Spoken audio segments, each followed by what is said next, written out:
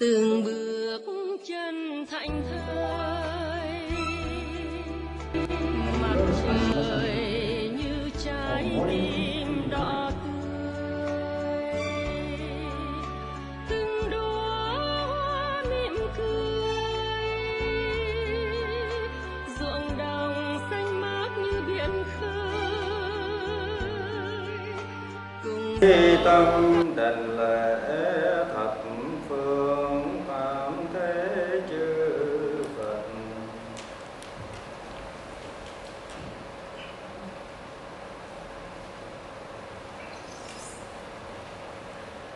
Chí tâm đảnh lễ thập phương tam thế chư Phật.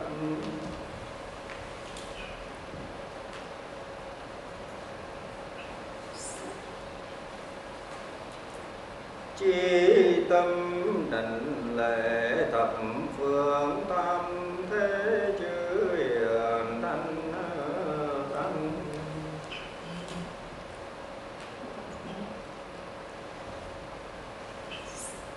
Why we are here? It's important things that we have to discover why we are here first. Then we can make decision about our life, what we will do, and what will we become. As usual, I ask you to pray.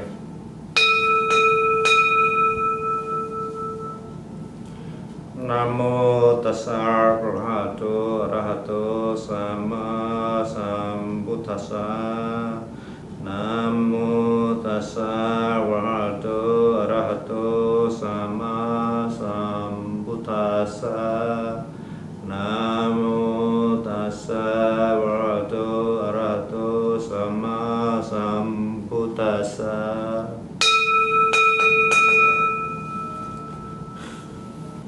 Thank you for coming today. The topic today we will be discussing is why we are here. We have to find a reason to understand why we are here. Are you coming here by chance, or are you coming here because of your father and your mother's make love and then you are born in this world, or you are voluntary enter this world by choice? How? You exist in a different form, male, female. Even male, you have a different character, different form, different set, different size, different intelligence. Even within of one family, two brothers have different intelligence, different size, different character. Why? Why we come here? Is it by our choice because you love this world, you want to come here to enjoy the life? The scientists say, one,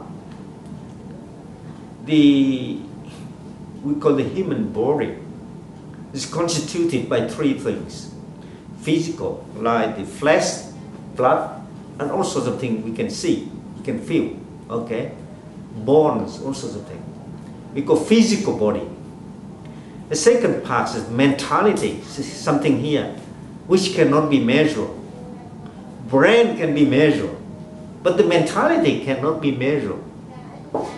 He has a mentality to stay at home because he loves women. That's a mentality. This man has a mentality on the piano. He loves music, and he just hates something else.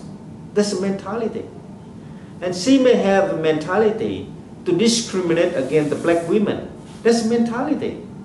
It cannot be measured because it's a feeling. The feeling is here. It dictates your feeling, and it cannot be measured. How big, how small. So physical body can be measured, but mentality cannot be measured. And the third part, which constitutes your whole body, is spirituality. If you do something, you feel it's bad not to do it, or you want to do something because you feel it's good to do something. You want to give the money to the poor, to hungry children, and you feel happy. Spirituality. You go to the church, you go to the temple, you say, praise my Lord, I'm hungry, or guide me the ways to become a good citizen. That's also something spirituality. So man, in general, I don't want to give you any discriminative gender. We just say man, irrespective of whether female or male. Man is a general terminology to express the form we have now. So man usually is constituted by three parts: physical body, mentality, and spirituality. So where does it come from? Where do they come from? Physical body, we can see, it comes from mother and father, and all the things we eat every day, water. If you drink coffee, your body become a little bit agitated because it gives you the pressure, it's a fake pressure, fake motivation. If you drink alcohol, it gives you the fake impression that you are relaxing, but you are not. So it's all about the chemical, about something we eat, we bring into our body, we nurture our body. That's what we can see, we can feel, we can measure. But what about mentality? Mentality is also trained by the environment. The way you read the books, the way you go to school, the way you interact with the people, and you learn from them, you change your pattern of behavior. That's great, a part of your mentality, not the whole thing, but a part of that. Okay. So what about spirituality? Spirituality is teach you immediately what is wrong, what is right. Stealing is wrong. Committing adultery is wrong. Giving the money to help the poor is right. Be good to your friends is right. Be good to your daddy is right. The whole thing about the consciousness. So three things constitutes our body. But where does it come from? The science don't have the answer. They can only have the answer on your genetic body. They say, okay, physically like that, because you're born with genetic elements from your father and your mother. But then the question is, two brothers were born in the same family, same mother and sister, mother and father, but have two different characters. One's very cold, another one's very aggressive. So what makes the difference between the two? So the scientists fail. Religions coming in to provide the answer. They say, okay, because it's something in existence in the past, The Bible says because before you come here, God gives you something, put you in the two different forms. So you come here with different form, different idea, with different entity. The Buddha said, no, you come here because you are different in the past. What makes you so different? It's a karma. Okay, in the Bible, in the sutra, the Buddhist sutra, the Buddha teaching, they said about karma. Karma is intentional act repeated over time. If you have the action, but that action carry out with intention, and it repeat over time, three conditions. One, you must have the act. You must do something. Secondly, that act must be done with intention. With intention. Without intention, it's just accident, Like you're driving the car, you by chance kill some people. You don't have intention to kill them because you cause the accident. That's the difference. But you have an intention. First, you must have the act. Second, you must have intention. And the third one, you must have the repetition. Keep doing it. So it's called karma. Karma is something you develop by yourself. It's not from the heaven, it's not come from the heavens, it's not come from the earth, it's not come from your parents, not come from your girlfriend, it's not come from your neighbor. It's you yourself to develop it. It's called karma. Every day you eat rice and you like it, and it becomes a habit. And later that habit is generated to the extent it becomes the karma, because it repeats over time. So if you say something nice to your parent, and it's a good karma. Karma have two elements, two sides of the coin. One is bad, another one is good. So if you keep saying nice thing about your parent, think nice thing about them, and it's a good karma. And every time you talk to them, you talk in a very polite way, loving ways. So it's karma as well, because karma dictates the way you live, dictates the way you behave. So if you get aggressive with your girlfriend, every time she says something to you, you say, yeah, you do it, yeah, you do it. And that becomes karma. Where does the karma come from? Your habit. And then where it go? It go into your consciousness, in your brain, and it's stored over there. When it's stored over there, it's like computer. Every time you turn computer on, it come back. So you keep saying the nasty thing with your friend, your girlfriend, without realizing that you did it over time. And it's a bad karma. You know what? And it drives you to the next life. You behave the same. So what you are doing now is actually controlled by your karma in a past life. Maybe in a past life, you keep saying nasty thing to your friend, and this time it repeat again. You get used to it. Likewise, the children, you know, they steal something, and later on they rob, they kill people for money. It's just developed gradually. So karma is something you develop for yourself. You are born in this world because your karma. But when you are coming here, you create more karma because your action, your thinking, and you create more karma. And that karma will drive you to the next life. So it's like the circle again and again. So you are coming here with a different size, different shape, different entity. Even within the family, you have a different character, different intelligence. And that is a karma. Okay? Karma is a product of yourself. You create a karma, nobody else. If you keep saying nice things to people, and it's good karma, and you keep doing it because you cannot say some nasty thing to people, it's good karma. And if you keep saying a joke to your friend, it's a bad karma. And it drives you in your current life, present life. You keep saying jokes to your friend. And when you pass away, you go to a next life, you do the same. You do the same. You can look at the proof in the history. Some children, just about 4 and 5, they can play piano very well.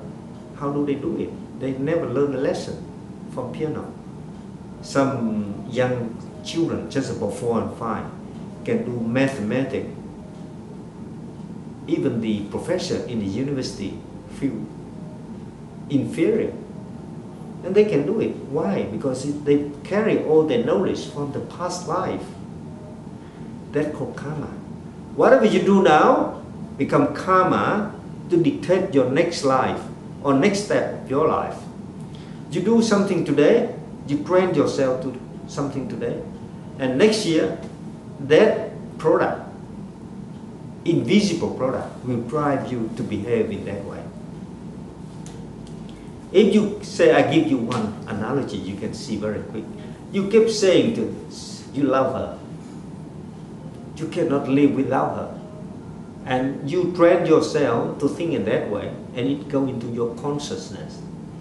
And every day you say, I cannot love, I cannot live without her, I cannot live without her. It's a karma. And sometimes you separate from her just about 5 minutes, you see, I feel very sad.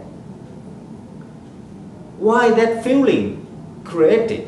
Where it come from? Because you create the imaginative product. And it drives you to a next step in your life and next life. So if this time, this life, you realize that you have a responsibility to be yourself, to be a good people. You have to develop the good karma. Develop a good karma is to be yourself first.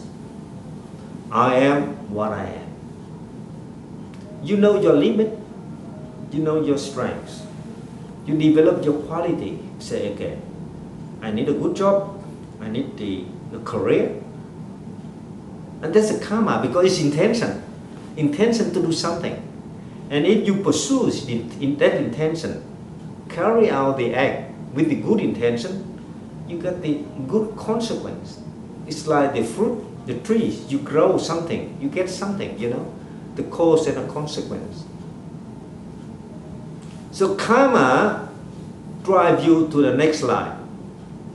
And you are born in that size, shape and form because of your karma.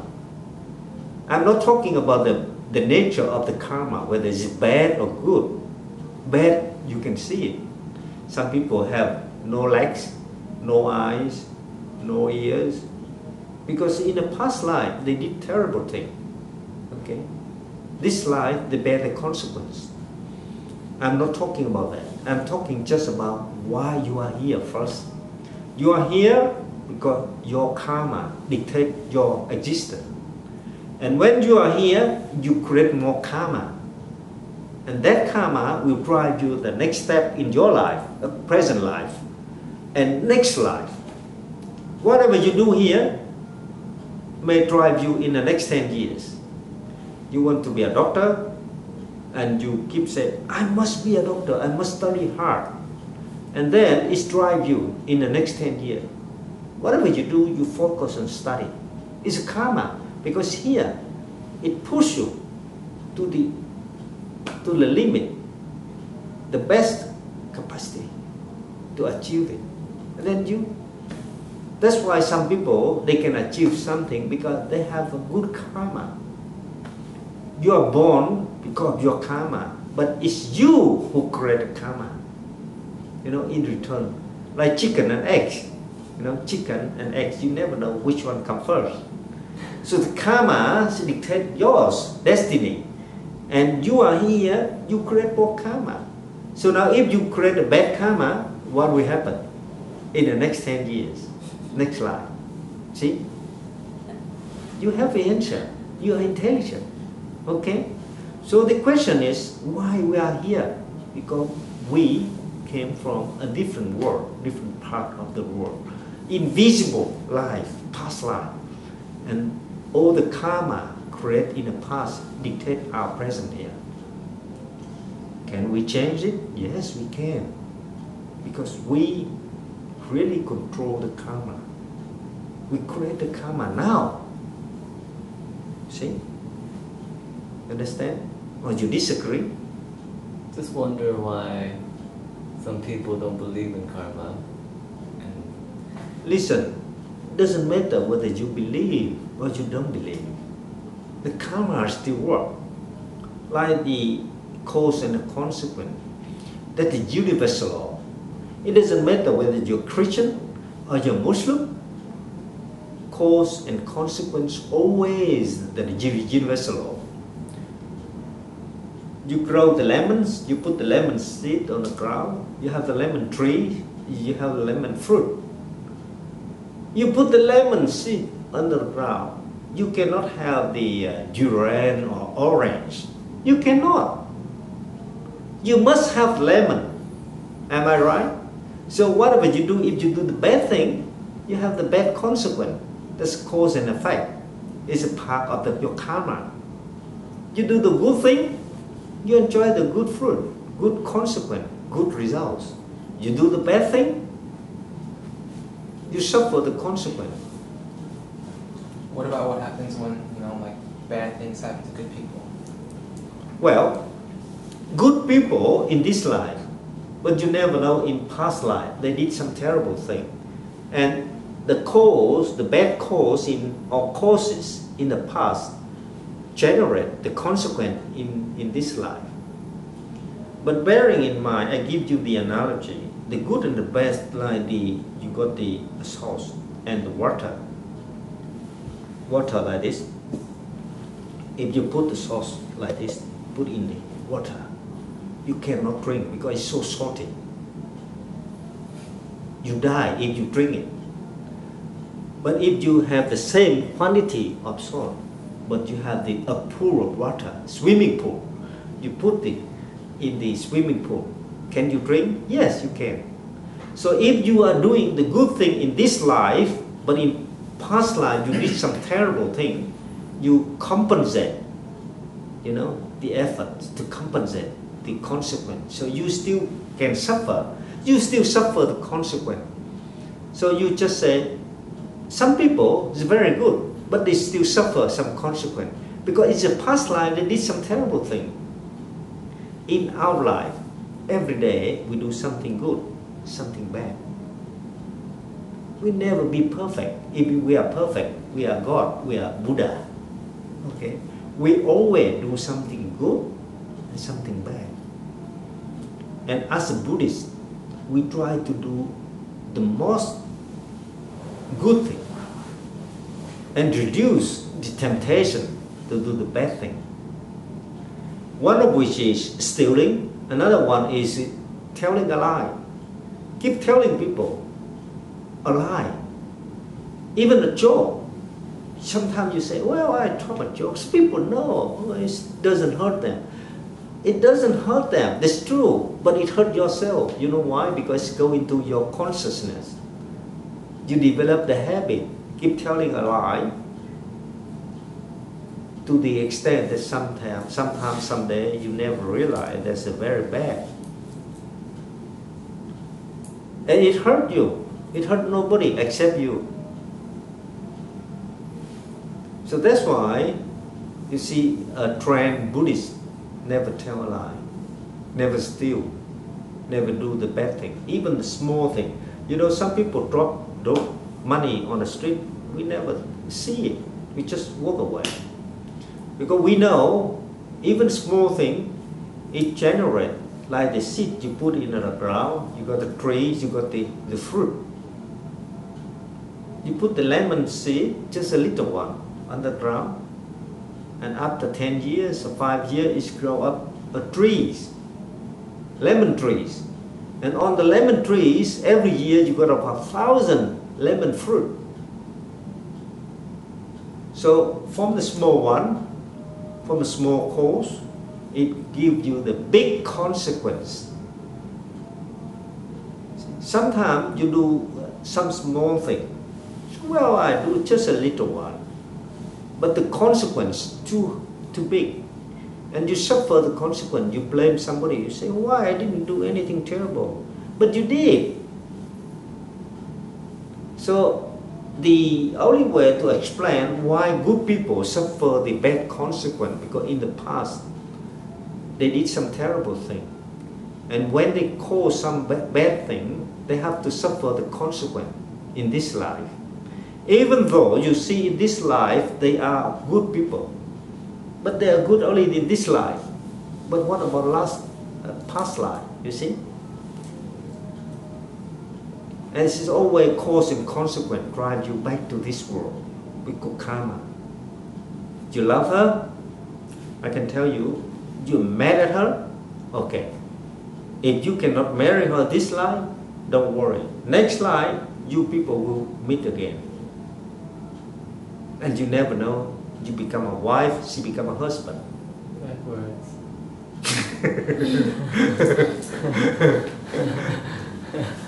It's always that, Brother, sister, always, sometimes it's revolving for many times.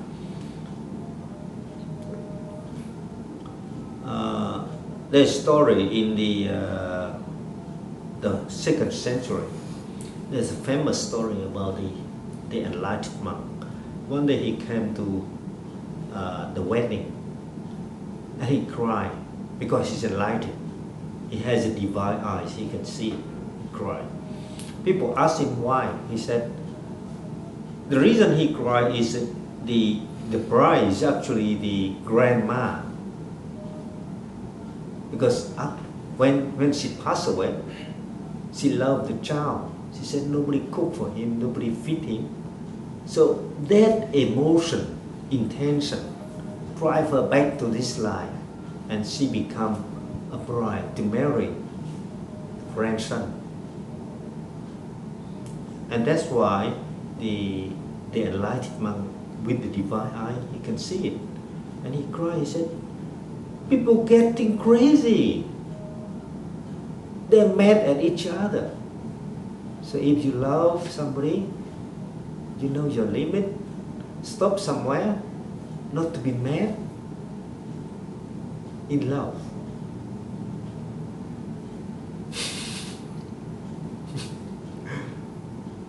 But you cannot do it, you see. That's why you create a karma. You create karma and you suffer the consequence, okay? That's your choice. Who created the karma? We. Can we stop the karma? Yes. But do we want to stop? No. See?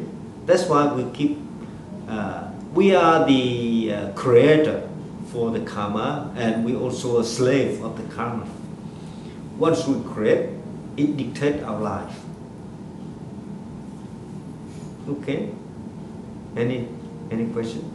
How to slowly go back to not wanting and creating just good karma. Slowly go back. It's very good question. You have to train yourself, and one way to train yourself is actually two ways. One by the discipline, another one is by the meditation. This is discipline. One of discipline is I don't do the bad thing, I don't say the bad thing, I don't promise the bad thing, I don't promise something which I cannot fulfill. You have to promise yourself, and you have to be self-disciplined. When you say I don't say something which I cannot fulfill, and you have to discipline yourself. Somebody say, darling, I love you. You say, yes, I love you for the rest of your life. Are you sure? You're not sure. But you keep saying it. You know in your heart you're not sure, but you keep saying it. That means you betray yourself. You're telling a lie with yourself. So be practical. Be practical. You can say to your girlfriend, you say, yes, darling, I love you as long as you love me. That's fine. But if she doesn't love you and you keep saying, I still love you, even you marry another guy, forget it. She's just nasty. You're telling a lie. You know? And that develop the karma. That develop a karma because you keep telling a lie and you know it's a liar, but you still keep doing it. That's intention. The intention, the act, and the repetition of the act. Three things. Karma is the act with intention and repeated over time. So from now, you only tell what you believe is true and what you can do. Don't tell a lie. That's just one lesson, you know. Stealing. Sometimes, you know, some small money. You say, okay, I pick up some money. Or you go to a restaurant. You say, master, go to a restaurant. Yeah. Have a meal with me. Have a dinner with me. But you pretend you don't carry the wallet. Yeah, and you say, master, I forgot my wallet. Yeah. And then master must put up the money to pay for the bill. You know it's bad thing. You know it's bad karma. But you do it with intention. You enjoy the other people's suffering. The master must pay the bill, and that's bad karma. It hurts you because it's go into your consciousness, develop your character. You know, all the robbery, the terrorists, they are trained from the beginning. they are young, they steal $1, $2, you know, buying a cigarette, and later on they become a terrorist, a robbery. Nobody can become a robbery, a big robbery, skilled people without going through the process of learning. They learn to become a bad person. So the question is, you are what you want to be. You create yourself. And that's called the karma. So you know the answer. What do you want to be? See? What do you want to be is actually you, your determination, your way. Even the eating habit. If every day you eat a lot of fat, you get a cholesterol. And you say, Master, I enjoy eating fat. He says, okay, if you want to kill yourself. People don't realize the garbage in, garbage out. You eat all the nasty things, like sugar, chemical, and then you blame, geez, I don't know why I get the stomachaches, I get the bad memory. The food you eat is actually constitute your body, your brain.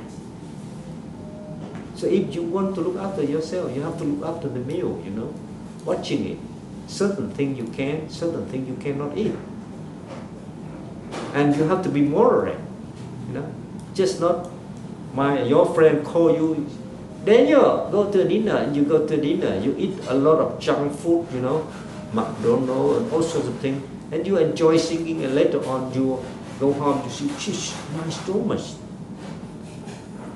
You understand? Yeah. The karma is the action with intention repeated over time. Am I right? Yeah. Probably you did it. Okay? Yeah. Any question? Thầy nói about cái story con Buddha sẽ con dog đó. She enjoyed it. Yeah, I enjoyed that story. The Buddha, usually he goes by arms, you know, with the bows and asking for food. One day he passed by the house. The dog in the house just chasing him. He said, come on dog, you nasty.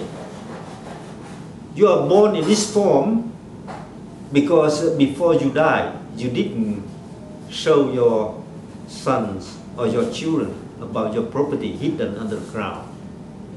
He put some gold under the ground and he suddenly passed away. He couldn't tell the children. So to protect his asset, he was reborn into the form of the dog to protect it. But the dog cannot tell the story. So they keep wandering around. One day they met the Buddha and the dog's barking. And the Buddha said, you nasty, you are born because you try to keep your asset and you don't know that. And now you keep barking. And the dog realized. The dog could not eat for 3 days. The owners came to the Buddha and said, what did you tell my dog? And my dog could not eat for 3 days. It nearly died. She's nearly died. And the Buddha said, don't worry, I will tell you. The Buddha went to his home, talked to the dog, said, dog, you are the father of the owner. But because you keep hidden the jewelry and the gold under the ground, so now you are born into this world in the form of a dog to protect the asset. Now I'm telling you, you have to show your children where you hide the jewelry and all the gold and get away to a next life. And the dog go to the underground, you know, under the bed and show something. And the owner dig all the gold and get the gold. Dig the ground and get the gold. Hidden under the ground, under the bed. And after that 3 days, the dog died. because they fulfill their mission. They keep thinking this goal is mine. I try to keep my goal. So they are born into this world because they want something, they want to protect something. Likewise, if you, in this life, you think something precious, something you need to protect, and you want with all your energy to protect it, you will be born in the next life in that form to protect your asset, no matter what it is. And in some cases in the US, I know some story. The man who died, he loved his wife, and he was born in the form of a dog to protect his wife. But of course, she's young. She get married, another one. So when the man, a new man coming into the bedroom, the dog barking and trying to be aggressive, try to protect the wife, and just jealous with the man, because the man go to bed with the women. You see, that's why. Because people are ignorance. They don't know. Nothing permanent. Okay? Nothing permanent. And nothing belongs to you. Even your body. You just borrow it. When you're a little boy, how come you grow up? You borrow food, clothes, water. You eat something and you grow up. But your body is not yours. You know? It's a whole thing. You take in as you grow. So if you realize that everything is impermanent, you don't develop the intention to keep something, to be slave to something. And you liberate yourself in that. Okay? So now the lesson today we learn is why we are here. Okay? If you don't have any question, we'll close the session.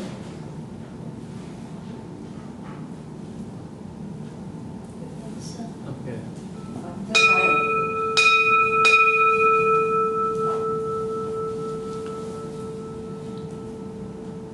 Namo Buddhaya, Namo Dhammaya, Namo Sanghaya, Namo Buddhaya, Namo Dhammaya, Namo Sanghaya, Namo Buddhaya, Namo Sanghaya, Namo Sanghaya.